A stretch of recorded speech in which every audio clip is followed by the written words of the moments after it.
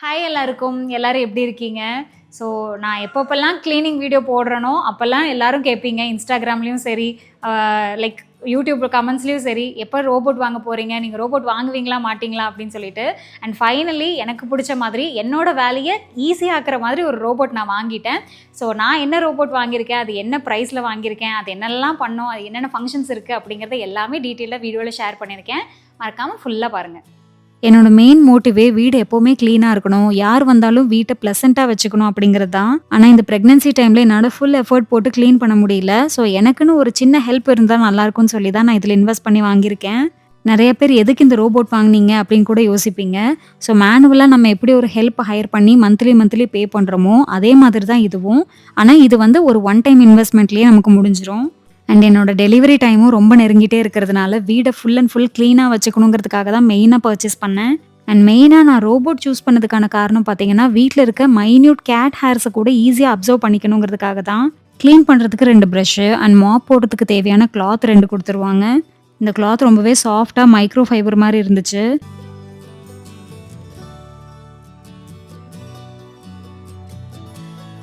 Mop பண்ணுற cloth and brush எல்லாமே எக்ஸ்ட்ராவாக ஒரு செட்டு கொடுத்துருக்காங்க. Plus charging dock and filter எல்லாமே ப்ரொவைட் பண்ணிடுவாங்க.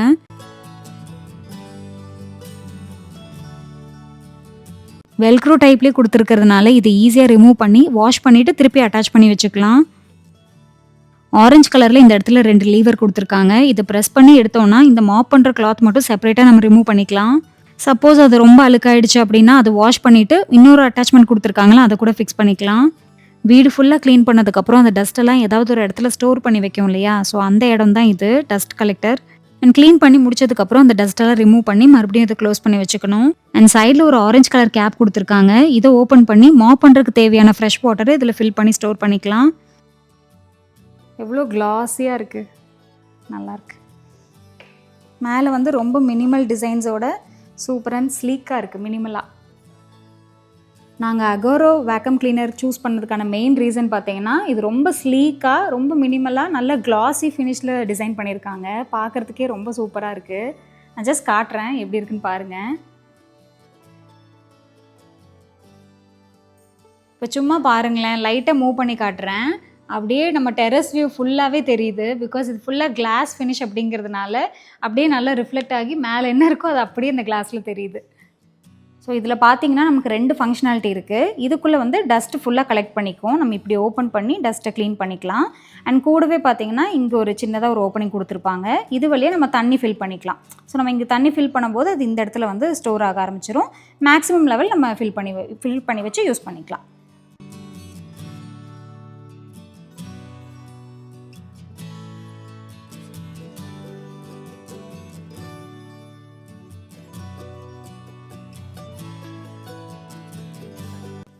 ஸோ இந்த வீட்டில் எனக்கு க்ளீனிங் ரொட்டீன் வந்து டெய்லியும் போயிட்டே தான் இருக்கும். ஹால் வந்து டெய்லி ஒன்ஸ் க்ளீன் பண்ணுறேன்னா கிச்சனை டெய்லி ட்வைஸ் வந்து நான் க்ளீன் பண்ணுற மாதிரி இருக்கும். ஸோ என்னோடய ரொட்டீனை வந்து இனிமேல் இந்த ரோபோட் வந்து பார்த்துக்கும்.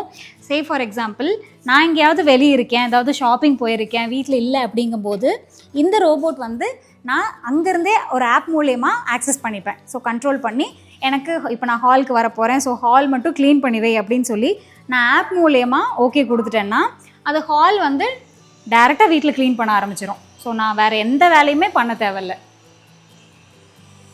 டோட்டலாக 3 மோடு கொடுத்துருப்பாங்க. ஸ்வீப் பண்ணணுமா, இல்லை மாப் பண்ணணுமா, இல்லை 2 சேர்ந்து பண்ணணுமா அப்படிங்கிற ஆப்ஷன்லாம் இருக்கும்.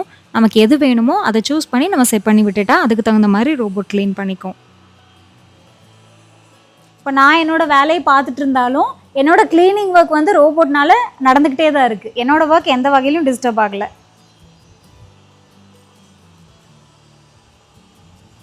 நம்ம உட்காந்து நம்ம வேலையை பார்க்கலாம், அது பாட்டுக்கு நம்ம வேலையை செஞ்சிட்ருக்கோம். வீட்டோட என்ட்ரன்ஸ்லேயோ இல்லை ரூம் என்ட்ரன்ஸ்லேயோ கண்டிப்பாக ஒரு கார்பெட் போட்டிருப்போம். அந்த கார்பெட்டை கூட இது சூப்பராகவே க்ளீன் பண்ணும். சப்போஸ் அந்த இடத்த வெட் க்ளீன் பண்ணாதீங்க, வெறும் ட்ரை க்ளீன் மட்டும் பண்ணுங்க அப்படின்னா கூட நம்ம மேப்பில் ரெஸ்ட்ரிக்ட் பண்ணி வச்சு அந்த இடத்த மட்டும் ட்ரை க்ளீன் பண்ண வச்சுக்கலாம். இப்போ கார்பெட் ஃபுல்லாக க்ளீன் பண்ணி முடிச்சுட்டு டேரெக்டாக டைல்ஸில் கீழே இறங்கி க்ளீன் பண்ண ஆரம்பிச்சிருச்சு. ஸோ எல்லா கார்னர்ஸும் நீட்டாக ஃபஸ்ட்டு க்ளீன் பண்ணிவிட்டு அதுக்கப்புறம் ரூமோட சென்டர்ஸ் ஃபுல்லாக லெஃப்ட் டு ரைட் வந்து ஃபுல் அண்ட் ஃபுல்லாக இது க்ளீன் பண்ண ஸ்டார்ட் பண்ணிவிடும். நம்ம எங்கே வீட்டில் இருந்தாலும் சரி, நம்ம தூங்கிட்டு இருந்தாலும், இப்போ சப்போஸ் நம்ம வந்து ஆப்பில் ஸ்கெடியூல் கூட பண்ணி வச்சுக்கலாம். அதாவது நான் 6 மணிக்கு தூங்கிட்டு இருப்பேன், நான் எந்திரிச்சு வரதுக்குள்ளே நீ வீட்டை க்ளீன் பண்ணி வச்சிரு அப்படின்னு சொல்லிட்டு நம்ம டைம் வச்சு ஸ்கெடியூல் பண்ணிட்டோம்னாலே போதும். அது 5:30க்கு எந்திரிச்சு ஃபுல்லாக க்ளீன் பண்ணி ஒரு 6 மணிக்கு நான் வரும்போது அது வீடு ஃபுல்லாக க்ளீனாக வச்சுருக்கோம். அந்த மாதிரி ஸ்கெடியூல் பண்ணிக்கலாம். குப்பையெல்லாம் இருந்தால் நல்லா எடுக்குமான்னு டெஸ்ட் பண்ணி பார்க்கறதுக்காகவே கொஞ்சம் போட்டு பார்த்தோம். கொஞ்சம் கூட விடாமல் ஃபுல்லாக எடுத்துகிட்டு வந்துருச்சு. அண்ட் வேறு இடத்துல 2 வாட்டி டெஸ்ட் பண்ணி பார்த்தோம். அப்போவும் ஃபுல்லாக க்ளீன் பண்ணிடுச்சு. ஒரே நேரத்தில் ஸ்வீப் மாப் அப்படின்னு சொல்லி குப்பையாக இருக்கிற இடம் எல்லாத்தையுமே நீட்டாக ஆக்கிடுச்சு. பார்க்கும்போதே தெரியும் முன்னாடி கூட்டிகிட்டு இருக்கோம் அண்ட் பின்னாடி பார்க்கும்போது லைட்டாக ஈரமாக இருக்கும் டைல்ஸ் எல்லாம். நம்ம மேனுவலாக தொடச்சா எவ்வளோ க்ளீனாக இருக்குமோ அதே ரிசல்ட் இதுலேயும் வந்துச்சு.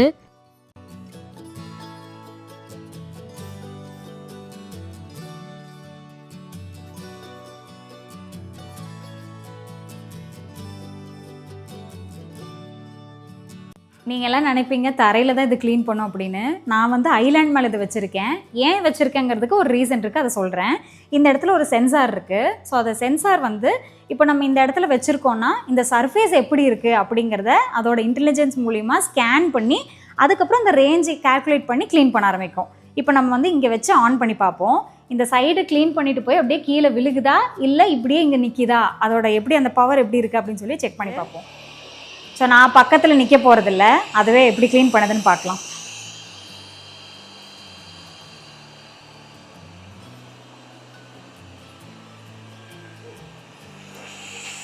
எட்ஜ் வரைக்கும் போகுது, ஆனால் அது கீழே விழுகலை.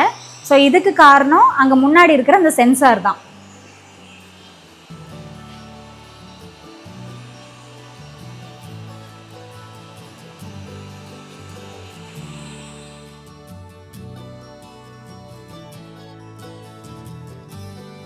மேக்ஸிமம் கிச்சன் ஹால் தான் நான் க்ளீன் பண்ணிகிட்டே இருப்பேன். ஏன்னா அங்கே தான் நிறைய குப்பை சேர்ந்துக்கிட்டே இருக்கும். அதுவும் மேக்ஸிமம் இந்த எட்ஜு இந்த கார்னர் ஏரியாஸில் தான் நிறைய குப்பை இருக்கும். ஸ்வீப் மோடு போட்டு அந்த இடத்துல சூப்பராக க்ளீன் பண்ணதுக்கப்புறம் கேட் ஹேர்ஸ் எல்லாம் என் கண்ணுக்கு தெரியவே இல்லை. பூஜா யூனிட்டுக்கு கீழே ஒரு சின்ன ஸ்பேஸ் இருக்குது. அந்த இடத்தையும் விடாமல் ஃபுல்லாக நீட்டாக க்ளீன் பண்ணிட்டு வர ஆரம்பிச்சிருச்சு. நான் கூட அடியில் போகுமோ க்ளீன் பண்ணுமோன்னு தான் நினச்சேன். பட் இருந்தாலும் அந்த இடத்துல அது கேப் போகிற அளவுக்கு இருக்குன்னு தெரிஞ்ச உடனே க்ளீன் பண்ணிடுச்சு. மெயின் என்ட்ரன்ஸில் வச்சிருக்க கார்பெட்டை ஃபுல்லாக க்ளீன் பண்ணிவிட்டு டோர் லைட்டாக ஓப்பன் ஆயிருந்தது. அந்த டோருக்கு பின்னாடியும் போய் அங்கே இருக்கிற குப்பையும் நல்லா அப்சர்வ் பண்ணிட்டு வந்துருச்சு.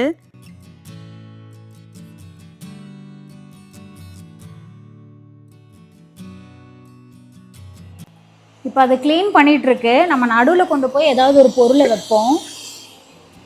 ஸோ அதை எப்படி சென்ஸ் பண்ணி போகுது அப்படின்னு பார்ப்போம். அதுக்கு தெரிஞ்சிருச்சு அங்கே இடத்துல ஒரு பொருள் இருக்குன்னு. அதனால் அதை டிஸ்டர்ப் பண்ணாமல் அதை சுற்றி க்ளீன் பண்ணிகிட்ருக்கு. Super super. நீங்கள்லாம் கொஞ்சம் கொஞ்சம் டஸ்ட் இருக்குது, அதெல்லாம் ஃபுல்லாக இப்போ க்ளீன் பண்ணிடும். டெய்லி க்ளீனிங் பர்பஸ்க்கு நம்ம நார்மல் மோடு வச்சு யூஸ் பண்ணிக்கலாம். டஸ்ட்டு கொஞ்சம் நிறையா இருக்குது, டஸ்ட்டை க்ளீன் பண்ணணுங்கும்போது ஸ்ட்ராங் மோடு யூஸ் பண்ணிக்கலாம். இல்லை மந்த்லி ஒன்ஸ் நம்ம டீப் க்ளீன் பண்ணுறோம் இல்லையா, அந்த டைமில் ஸ்ட்ராங் ப்ளஸ் அப்படின்னு ஒரு மோடு இருக்குது. இது எதுவுமே வேண்டாம், லைட்டாக க்ளீன் பண்ணால் போதும் அப்படிங்கும்போது குவைட் மோடு வச்சு யூஸ் பண்ணிக்கலாம். அண்ட் வீடு ஃபுல்லாக க்ளீன் பண்ணி முடிச்சதுக்கப்புறம் சார்ஜிங் டாக் எங்கே இருக்கோ அந்த இடத்த கரெக்டாக சென்ஸ் பண்ணி அங்கே போய் சார்ஜ் ஆக ஆரம்பிச்சிடும். நான் கிட்டத்தட்ட 5 வருஷத்துக்கு மேலே கேட்ஸை வச்சு வளர்த்திக்கிட்டு இருக்கேன். ஸோ எனக்கு தெரியும் கேட் ஹேர் எடுக்கிறது க்ளீன் பண்ணுறது எவ்வளோ கஷ்டம்னு சொல்லி. ஃப்ளோரில் மேனுவலாக க்ளீன் பண்ணி இவ்வளோ ஹேர் கலெக்ட் பண்ணுறது ரொம்பவே கஷ்டம் தான். பார்க்குறதுக்கு என்னமோ ஃப்ளோர் வந்து ரொம்ப நீட்டாக இருக்கிற மாதிரி தான் தெரியும். ஆனால் க்ளீன் பண்ணி பார்க்குறதப்ப தான் நமக்கே தெரியுது இவ்வளோ கேட் ஹேர் வந்து கலெக்ட் ஆகிருக்கு. எனக்கே ரொம்ப ஆச்சரியமாக இருக்குது, இவ்வளோ குப்பைக்குள்ளே தான் நம்ம வந்து இருந்துகிட்ருக்கோமா அப்படின்ட்டு. இதெல்லாம் ரொம்ப டேஞ்சர். ஏன்னா ரொம்ப மைன்யூட்டான கேட் ஹேரு இவ்வளோ இருந்துச்சு. சிங்கிள் டைம் க்ளீன் பண்ணதுலேயே இவ்வளோ ஹேர் கிடச்சிருக்கு. அப்பா. ஸோ என்னை பொறுத்த வரைக்கும் வீடு க்ளீனிங் பண்ணுறதுக்கு எப்படி ஒரு மேனுவலாக ஹெல்ப் ஹையர் பண்ணுறோமோ அதே மாதிரி ஒரு ரோபோட்டில் இன்வெஸ்ட் பண்ணுறதும் தப்பே கிடையாது. இந்த ரோபோட் வாங்கினதுலேருந்து எனக்கு என்னோட க்ளீனிங் வேலையெல்லாம் கொஞ்சம் கம்மியான மாதிரி தான் ஃபீல் ஆகுது. ஒன் டைம் இன்வெஸ்ட்மெண்ட்டு தான், கண்டிப்பாக நமக்கு ரொம்பவே யூஸ்ஃபுல்லாக இருக்கும். இந்த வீடியோ அவ்வளோதான். இந்த வீடியோவில் நான் நிறைய இன்ஃபர்மேஷன் ஷேர் பண்ணியிருக்கேன். கண்டிப்பாக யூஸ்ஃபுல்லாக இருக்கும்னு நம்புகிறேன். நெக்ஸ்ட் வீடியோவில் பார்க்கலாம். அது வரைக்கும் பாய்.